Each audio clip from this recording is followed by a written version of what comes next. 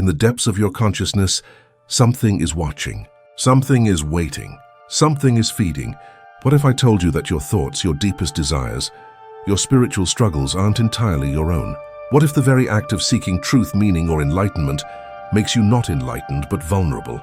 We live in a world where invisible forces shape our reality. Not ghosts or demons, but something far more insidious. Psychological predators that feast on human energy.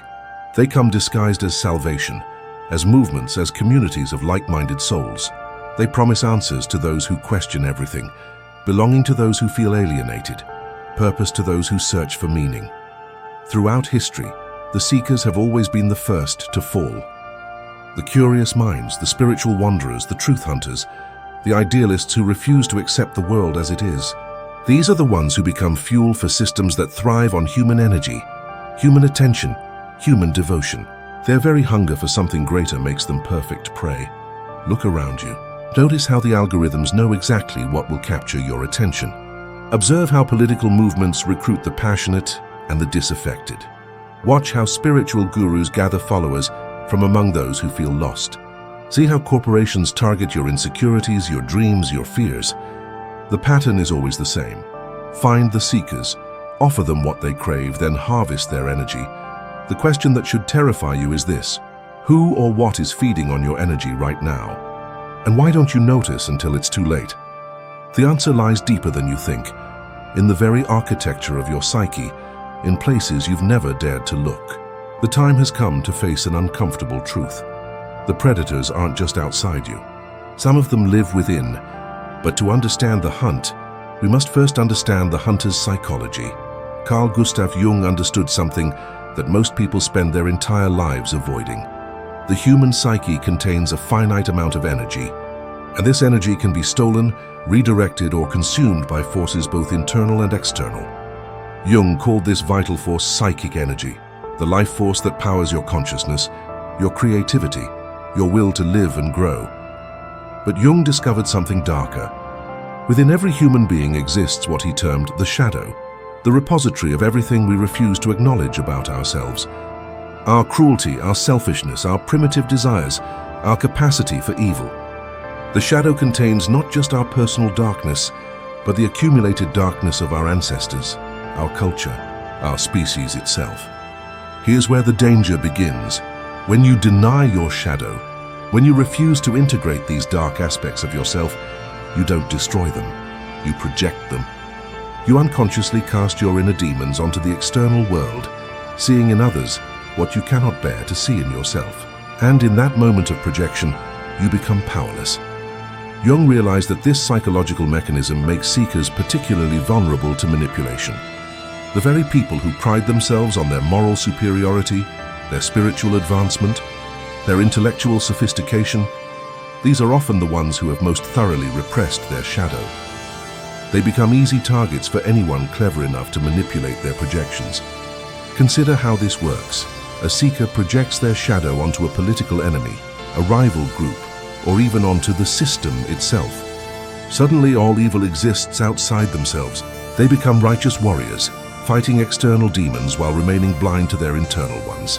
Their psychic energy, instead of being used for genuine self-development, gets channeled into feeding whatever system or leader has successfully captured their projections. Jung's warning was clear and prophetic. Until you make the unconscious conscious, until you integrate your shadow, until you reclaim your projections, your psychic energy will never truly belong to you.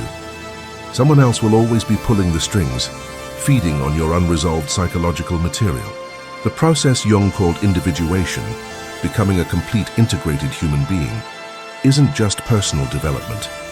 It's psychological self-defense. The most dangerous predators understand this psychology intimately. They know that the brightest lights often cast the darkest shadows, and they position themselves to harvest the energy that flows from this fundamental split in human consciousness. History itself bears witness to this ancient pattern of predation. Throughout human history, the same story repeats with terrifying consistency. The seekers gather, hungry for truth, for meaning, for transcendence, and like moths to a flame, they find themselves consumed by the very light they sought to embrace. Consider the religious cults that have scarred human history. Jim Jones didn't recruit skeptics or cynics for his people's temple. He attracted idealists, seekers of social justice, people who genuinely wanted to create a better world. Their spiritual longing, their desire for community and purpose, became the very energy source that powered his destructive vision. Over 900 seekers died in Guyana, their life force literally converted into death. The pattern scales beyond individual cults to entire political movements. Nazi Germany didn't rise to power through force alone. It fed on the spiritual and intellectual hunger of a defeated nation. The young idealists who joined the Hitler Youth weren't inherently evil. They were seekers looking for purpose, identity, and transcendence in a world that seemed meaningless. Their energy, their passion, their genuine desire for something greater than themselves became fuel for one of history's most destructive regimes. The Soviet Union operated on the same principle. It attracted brilliant minds, passionate revolutionaries, and seekers who genuinely believed they were building a utopia. The Communist Party didn't just demand obedience. It harvested the creative and intellectual energy of entire generations, channeling their highest aspirations into a system that ultimately consumed them. Writers, artists, scientists, philosophers, the very people most capable of independent thought, became the most devoted servants of an ideology that destroyed independent thought. Jung understood this through his concept of the collective unconscious and the dangerous activation of archetypes. When archetypal energies, the hero, the savior, the enemy, the promised land, become activated in the mass psyche, individual consciousness dissolves. People don't just join movements, they become possessed by them. Their personal energy merges with collective energy, and suddenly they're capable of actions they would never consider as individuals. The witch hunts of medieval Europe follow the same pattern. Communities of religious seekers, people genuinely devoted to spiritual purity, became consumed by the very evil they sought to eliminate. Their collective energy, originally directed toward God, got redirected toward identifying and destroying supposed enemies of faith. The more devout the community, the more energy available for destruction. Even intellectual movements aren't immune. The French Revolution began with Enlightenment ideals, powered by philosophers and thinkers who genuinely sought to create a more rational society. Yet their intellectual energy ultimately fueled the terror, where reason itself became a justification for mass murder. The very people who championed human dignity presided over its systematic destruction. What makes these examples chilling isn't their scale, but their consistency. In each case, the energy that should have led to liberation instead powered oppression. The light that seekers brought to these movements didn't illuminate truth. It fed shadows that grew larger and darker until they consumed everything, including the seekers themselves. The predators in these scenarios weren't always individual leaders. Sometimes they were the ideologies themselves, living thought forms that developed their own hunger, their own need to feed and grow and perpetuate themselves, regardless of human cost. But how exactly does this feeding process work? What are the mechanisms by which our energy gets harvested? The process of energy harvesting operates through specific psychological mechanisms that most people never recognize until it's too late. Understanding these mechanisms isn't just academic. It's survival knowledge for anyone who dares to seek truth in a world built on deception. The first mechanism is the projection trap. Skilled predators identify your shadow material, the aspects of yourself you refuse to acknowledge, and externalize it for you. They give you enemies to hate, others to blame, external targets for your internal conflicts. Instead of using your energy to integrate your shadow and become whole, you spend it fighting phantoms outside yourself. Political movements excel at this. They don't solve your internal rage, they give it targets. Social media algorithms perfect this by showing you endless streams of people to be outraged about. The second mechanism creates dependency cycles. Predators never actually solve your problems, they manage them. They provide just enough relief, validation, or progress to keep you engaged, but never enough to make you independent. Therapeutic cults operate this way. They promise healing while ensuring you never fully heal. Corporate wellness culture does the same, selling solutions that require endless consumption of more solutions. Your energy goes into feeding the system rather than genuinely transforming yourself. Fear and guilt conditioning form the third mechanism. Predators convince you that you are fundamentally flawed, insufficient or dangerous without their guidance. Religious manipulation uses guilt about sin. Political manipulation uses fear of catastrophe. Commercial manipulation uses insecurity about status or appearance. Once you accept that you're never enough without the system, your energy flows constantly toward trying to prove your worth or avoid punishment. The fourth mechanism is identity capture, perhaps the most insidious of all. Your sense of self becomes dependent on the group, movement, or ideology. You don't just support the cause, you become the cause. Your individual energy merges with collective energy. And questioning the group means questioning your own identity. This is why people will defend obviously destructive systems. Leaving would mean psychological death. Jung understood that these mechanisms exploit our failure to individuate properly. When we avoid the difficult work of becoming integrated, autonomous individuals, we leak psychic energy through these psychological wounds. We become what Jung called partial personalities, fragments of a self that never fully formed. These fragments are hungry, needy, and desperate for completion, and therefore easy to capture and redirect. The modern version of this operates at unprecedented scale. Social media platforms have algorithmically perfected these mechanisms, turning human psychology into a resource extraction operation. Your attention, your emotional responses, your social connections, and your very sense of reality get converted into data and profit. You think you're connecting with others. Actually, you're feeding a system that grows stronger while you grow weaker, more divided, more dependent on external validation. The most sophisticated predators understand that the key isn't to chain you, but to make you chain yourself. They create conditions where surrendering your energy feels like freedom, where dependency feels like empowerment, where psychological fragmentation feels like belonging. The cage becomes invisible because you build it yourself, one compromised choice at a time, nowhere. Is this more evident than in our contemporary digital landscape? We live in the first era of human history, where the extraction of psychic energy has become industrialized, algorithmically optimized, and scientifically perfected. What Jung could only theorize about in his time, we now experience as daily reality. Mass-scale harvesting of human consciousness for profit and control. Social media platforms represent the evolution of energy vampirism into a precision science. Every scroll, every click, every emotional reaction gets measured, analyzed, and used to make you more predictable, more controllable, more profitable. The platforms don't sell you products. They sell your attention to advertisers, your data to corporations, your behavioral patterns to anyone willing to pay. You become the product being consumed. The psychological sophistication is breathtaking. These systems exploit your need for validation through likes and comments, creating dopamine addiction loops that keep you coming back for more. They exploit your fear of missing out by showing you curated highlights from others' lives. They exploit your tribal instincts by creating echo chambers that make you feel righteous, while keeping you isolated from genuine dialogue. Most insidiously, they exploit your desire for truth by feeding you information that confirms your existing beliefs, while slowly radicalizing you toward more extreme positions. Political polarization has become another energy extraction system. The anger, fear, and tribal loyalty that political movements generate don't actually solve political problems. They create engagement, donations, and votes.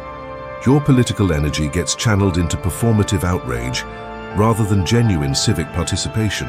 You feel like you're fighting for justice when you're actually feeding a polarization machine that profits from keeping you perpetually angry and afraid. The influencer economy represents a more personal form of energy vampirism. Charismatic individuals build parasocial relationships with followers, creating the illusion of connection while extracting attention, money, and emotional investment. Followers don't just consume content, they invest their identity, their time, their energy into supporting people who will never know they exist. The influencer becomes a kind of psychological black hole, absorbing the life force of thousands of people who mistake consumption for connection. Jung's concept of the mass psyche has found perfect expression in digital culture. Individual consciousness dissolves into collective emotional states that can be triggered and manipulated at will. Viral content spreads not because it's true or valuable, but because it activates archetypal energies: fear, rage, desire, tribal loyalty.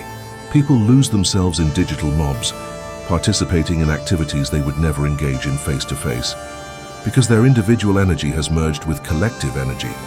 Consumer culture operates as a more subtle but equally pervasive energy extraction system. Your dissatisfaction with your current life becomes fuel for endless consumption. You're sold identities through products, meaning through experiences, happiness through purchases. But the satisfaction never lasts, because the system is designed to create perpetual dissatisfaction. Your energy goes into earning money to buy solutions to problems that the system itself creates and maintains. The conspiracy here isn't hidden, it's hidden in plain sight. These systems don't need secret meetings or shadowy cabals. They operate through emergent properties of human psychology and technological capability. The extraction happens automatically, systemically, through the normal operation of institutions that most people consider beneficial, or at least neutral. What makes this particularly dangerous for seekers is that these systems often disguise themselves as sources of enlightenment, connection, or empowerment. Spiritual teachers build online empires selling awakening. Political movements promise to save democracy while undermining civic engagement. Wellness culture sells healing while creating new forms of spiritual materialism. The very people most committed to growth and consciousness become the most valuable targets for sophisticated psychological predators. This targeting of seekers isn't accidental, it exploits their deepest vulnerability. To be a genuine seeker is to accept a profound form of loneliness. While others find comfort in conventional beliefs, established institutions, and social consensus, the seeker questions everything. This questioning creates a terrible isolation, the isolation of consciousness that refuses to sleep, of awareness that cannot be satisfied with easy answers. This isolation isn't just social, it's existential. The seeker stands at the edge of the known world, looking into mysteries that most people prefer to avoid. They feel the weight of questions that have no comfortable answers, the burden of seeing through illusions that others need to maintain their peace of mind. This creates a specific kind of vulnerability, a hunger for authentic connection, for genuine community, for others who share their commitment to truth regardless of comfort. Predators understand this vulnerability intimately. They position themselves as fellow seekers, as communities of awakened individuals, as movements of people who truly understand. They offer what the isolated seeker craves most: belonging without compromise, understanding without judgment, purpose without uncertainty. But these offerings are bait, designed to capture the seeker's energy and redirect it toward feeding the predator's agenda. The temptation for seekers is particularly acute because their gifts, intuition, intelligence, passion for truth, willingness to sacrifice for ideals, make them incredibly valuable resources. A converted seeker doesn't just join a movement, they become a generator of content, a recruiter of others, a source of credibility and energy that can sustain entire organizations. Their very authenticity becomes a tool for deception. History's greatest seekers understood this burden. Nietzsche wrote about the loneliness of those who must create their own values in a world where traditional values have collapsed. Kafka explored the alienation of consciousness that sees through social facades. Jung himself struggled with the isolation that comes from psychological insight that others cannot or will not share. Each recognized that genuine seeking often means accepting permanent outsider status. The modern world has intensified this burden exponentially. Information overload creates the illusion that answers are available, while actually making discernment more difficult. Digital connectivity promises community while delivering isolation. The democratization of publishing means that every charlatan and predator has the same platform as genuine wisdom teachers, making navigation through spiritual and intellectual landscapes increasingly treacherous. What makes the seeker's position particularly dangerous is that their very commitment to growth can become a trap. They're more willing than others to experiment with new ideas, to trust unconventional teachers, to surrender to processes they don't fully understand. This openness, which is essential for genuine development, also makes them vulnerable to sophisticated manipulation by those who understand how to exploit spiritual and intellectual hunger. The seeker's dilemma is therefore profound. how to remain open without becoming naive, how to seek community without surrendering autonomy, how to trust wisdom without becoming dependent on teachers, how to commit to truth without being captured by ideology. There is no easy resolution to this dilemma, no safe path through the landscape of predators and authentic guides. Jung understood that this burden cannot be avoided. It can only be embraced with full awareness of its costs. The alternative to accepting the seeker's isolation isn't connection. It's the surrender of consciousness itself. Better to bear the loneliness of awareness than the false comfort of unconscious participation in systems that feed on human energy. Which brings us to the final warning, the ultimate choice every seeker must face. The time has come for absolute clarity. Everything we've explored leads to this moment. The recognition that your psychic energy is the most valuable resource you possess, and that countless forces are arrayed to capture it, redirect it, consume it for purposes that serve everyone except you. Jung's path of individuation isn't just personal development, it's warfare against all the systems, ideologies and predators that profit from your psychological fragmentation.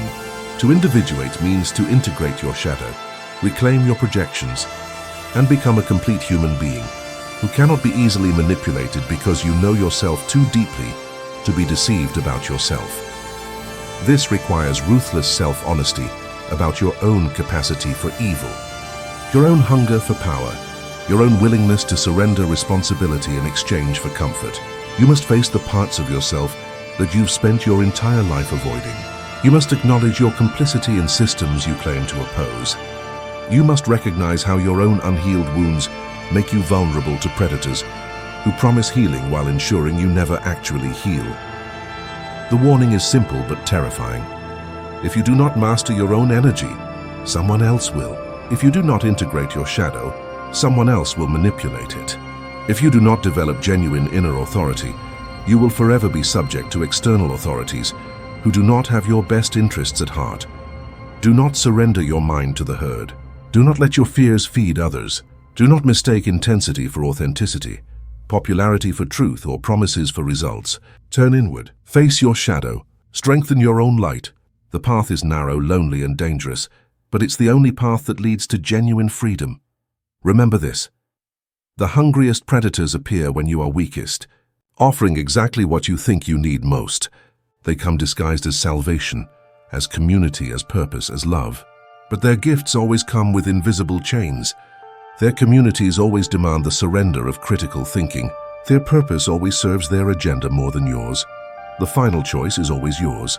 You can feed the predators with your energy, or you can reclaim it for your own development. You can remain unconsciously vulnerable, or you can become consciously protected. You can live as prey, or you can evolve into something that cannot be consumed. If you don't master your energy, someone else will.